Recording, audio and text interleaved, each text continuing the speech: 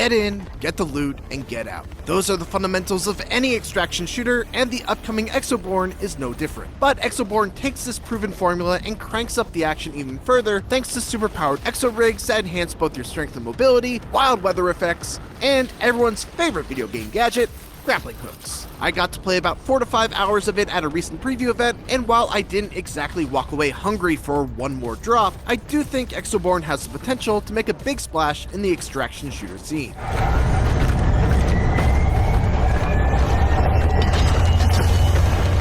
Let's start off by talking about the exo rigs themselves, because they are a large part of what gives Exoborne its distinct identity. There are currently 3 types of exo rig: Kodiak, which gives you a shield while sprinting to cover your head, and also gives you the ability to crash down from above for massive splash damage. Viper, which rewards you for getting in the action by giving you health regeneration when you kill or down an enemy, and also gives you a powerful and far-reaching melee attack. And Kestrel, which trades in the offensive power of the other 2 suits for mobility, giving you the ability to jump higher and temporarily hover. Those archetypes can be further modified with modules, with each type of suit having several unique modules that only they can equip to enhance their own unique abilities.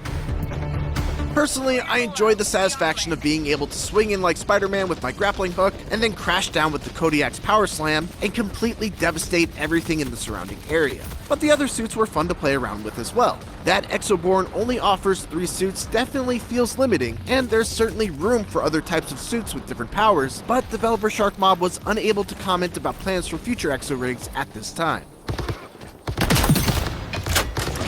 As far as the actual shooting goes, Exoborne feels great. Guns have a weighty and satisfying kick to them, melee attacks quite literally pack a hell of a punch and feel great to land, and using your grappling hook to launch into a glide as a means of getting around the map certainly beats having to hoof it all the time. Random weather effects will either help or hinder your ability to get around, with tornadoes giving you a huge boost to your aerial mobility as you ride the winds in whatever direction they take you, while rainfall will make your parachute practically useless, forcing you back down to the ground whenever you try to deploy it in a downpour. To really sell the post-apocalyptic setting, there are even fire tornadoes that will be a huge boon to your ability to get around, but if you get too close, you risk getting pulled into the fire and twisted and killed.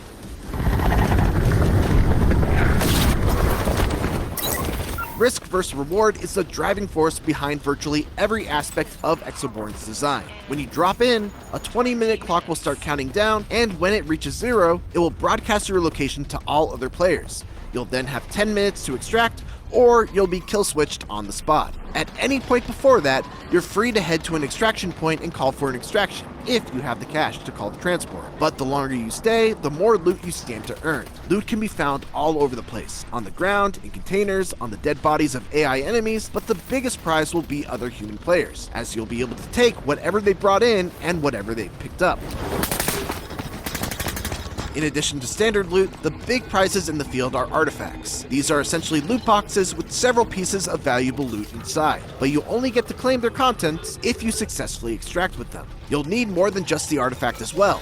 You'll also need to collect artifact keys in order to open them. Artifact locations are marked on the map for all players to see, meaning that you're probably going to have to go through some human players if you want to walk away with the prize. Similarly, there are also high-value loot areas on the map that are heavily defended by much stronger AI mobs. So if you're looking to get out with the best loot, you've got to be willing to put your neck on the line. This results in a fairly tense kind of atmosphere and really encourages proper communication with your squad. One of the nice gameplay choices is that even if you do go down, you're still not out of the fight. There are self-revives that you can use to pick yourself up as long as you haven't bled out, and even if you do bleed out, as long as you have a teammate alive, they can still resurrect you as long as they're able to reach your body. It, of course, takes a while to revive someone this way, and if an enemy squad hangs around and waits for you, it's certain death. But still, it's nice to have a last resort that can still keep you in the game.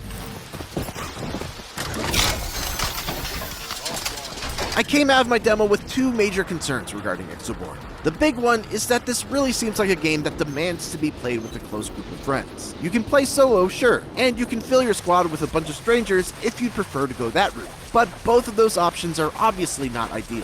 This is a flaw that's inherent with a squad-based tactical extraction shooter, and exasperated by the fact that it isn't free to play, but it's nonetheless a bummer for a more casual fan of the genre like myself, who doesn't really have that built-in squad of people that are super into the genre.